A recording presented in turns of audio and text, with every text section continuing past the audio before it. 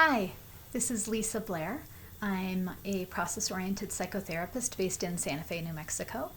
And this is my fourth video in a new series I'm doing called Therapy Under 5, where I take a question that a client or someone else has asked me at some point, and I talk for about 5 minutes and give my initial thoughts on the answer from a depth-oriented, psychological-oriented, process-oriented point of view.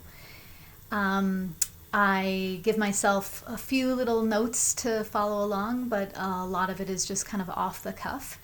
And it's not meant to be completely comprehensive.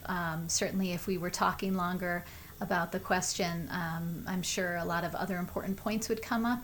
And I'm also not gearing my answer towards the questioner themselves, partly to keep it anonymous and also to try to have my answers be applicable to a wider audience. So actually today's question is a little bit different than I've done before. I actually gave myself today's question because I felt called to talk about a certain subject. So without further ado, I have my little timer here, and I'm going to set that for 5 minutes. And here is the question. What is a double critic, and how can I help myself when I realize I'm experiencing this? So a double critic is a term I just came up with to describe a psychological experience where we have two levels of criticism happening simultaneously inside our heads.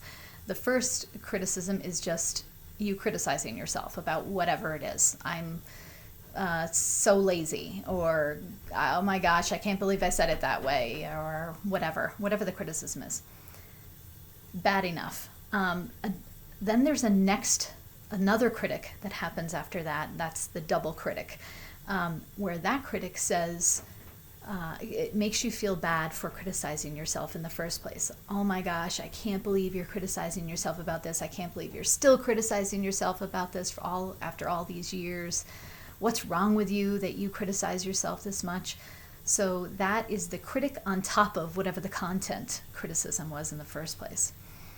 And that is a particularly painful psychological dynamic inside. It's if any of you have ever experienced it, it's kind of like an inner hell. It's really a horrible feeling to have that. It's really based on shame is what it kind of comes down to, where you have this criticism about yourself, and then using my partner David Bedrick's shame model, I would say, then there's an inner figure that witnesses that scene, witnesses you criticizing yourself, and kind of doubles down on it and says, yeah, you're so messed up that you have this criticism.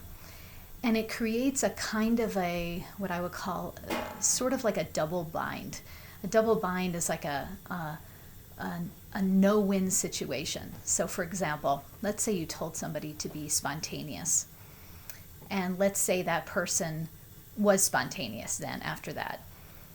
They, in a sense, weren't really spontaneous because you instructed them to be so. And to be spontaneous means you act on a whim. So if you tell somebody to do that and they do that, they're not really being spontaneous. On the other hand, if you tell someone to be spontaneous and they instead act in a very predetermined, programmed way, they're also not being spontaneous. So in that kind of situation, it's a double bind. It's a no-win situation. And that's, in a sense, what the double critic does. Because if you have this criticism of yourself in the first place, whatever it is, and you try to, let's say you try to, two options would be, one would be to love yourself. Let's say, love yourself, to say, oh no, I'm being so hard on myself. The double critic comes in and says, no, you never look at those things. You're terrible. You should be looking at these things. It still criticizes you. And if you actually, on the other hand, try to unfold, explore, work with that, whatever the criticism was in any way, it also jumps on you and says, oh my gosh, you're so terrible. It just basically never lets you out of that dynamic in any short order by your efforts. So my suggestion in terms of the question of how can I help myself when I realize I'm experiencing this is to stop whatever you're doing and make a radical shift or change in the moment, either to distract yourself or to get completely absorbed in something else. So for example, you could, if you're inside and you're mulling this over and you're just in hell and you're going, oh my God, I'm such a piece of shit, I'm so lazy, and oh my God, I can't believe I'm criticizing myself about this again, I'm such a terrible person. Stop, get up, definitely get up and get out of that scene. Go outside, go for a walk, get some fresh air, look around at the trees. Put on your exercise clothes and go out and exercise. Go for a jog, go for a brisk walk, so that now your body is engaged and you're focused on something else. Get in the car, go run a stupid errand, go grocery shopping if you need to. Whatever, it will shift your mind because now you're in an outer world and you're engaging with other things. It distracts your attention from your inner turmoil. Focus on someone else. That's also a great way to address. That's my timer there. A great way to deal with a double critic. Call a friend who's been struggling and check in on them, or just do something nice for someone. So you're focusing outward on someone else.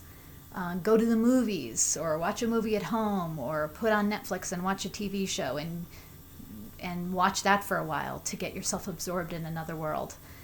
If you're at work and you can, get up from your chair, go do something, go to the bathroom at minimum, kind of try to shake it off a little bit, go talk to somebody else in another department that you need to talk to about something, because then you have to physically walk over there and go engage with them.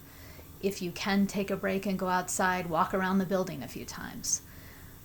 Anything to shift, to stop what you're doing, get out of your head, make a distraction, and focus on something else. If you can go to sleep, great. Sometimes taking a nap kind of shifts the inner mentality. Sometimes it's too difficult to do that because our mind is spinning while we're lying there. Another possibility is to cry it out if you can, if you either by yourself or with another person who's being loving, that if you can, and we can't always because we're so full of self-hatred that there's a major aggression and hostility around. But if it's possible to feel a little bit for yourself and say, oh my gosh, this is happening again. Oh my gosh. Oh, it's so agonizing. It's so agonizing. And let the tears flow and really, really cry it out. Then that can shift the atmosphere. Basically, we're trying to find any way to shift the atmosphere. But this is not the time that I would suggest really working on it therapeutically or psychologically, because it's such a hotbed of distress inside and turmoil and hostility and aggression. It's one of those moments where there's almost nothing anybody can say or do that's going to make that shift. If somebody says, oh, don't beat yourself up, it's just food for the fire. If you try to, again, work on it psychologically, it usually doesn't budge, it doesn't work, it just kind of takes that and feeds it. And really talking to somebody else about it, in my experience, doesn't work right in those moments. You kind of have to get a break from thinking, from being in your head, and from relating and kind of talking about it. I would suggest making a shift and letting the storm pass. It will pass, but it takes a shift to do that. And I hope that helps. I hope that gives you some ideas. Thanks so much for watching. See you next time. I finished my video and I realized that I needed to say one more thing that's really important about this double critic topic. Although I said when it's really hot and when it's happening right in that moment, I don't think is the time to work on it psychologically. Once it passes, I do think that's a good time to work on it psychologically. So then get the help that you need from a therapist, from a counselor, from clergy, from a good friend, whatever you need. That would be something, if that's happening to you, that's probably happening on a fairly regular basis, and that is something to explore. Then you can actually work on the criticisms when the double critic is not as much around. So then you can say what's going on there, and find out how to best love yourself, the kind of support that you need for having the kind of inner life that you do that's so hostile on you. So just wanted to make sure that point got mentioned, that it is worth working on, it is worth exploring and getting the support you need. I just think when the double critic is present, that's not quite the moment. That's more of a moment for distraction and making a shift until that particular storm passes. Okay, thanks. Good luck.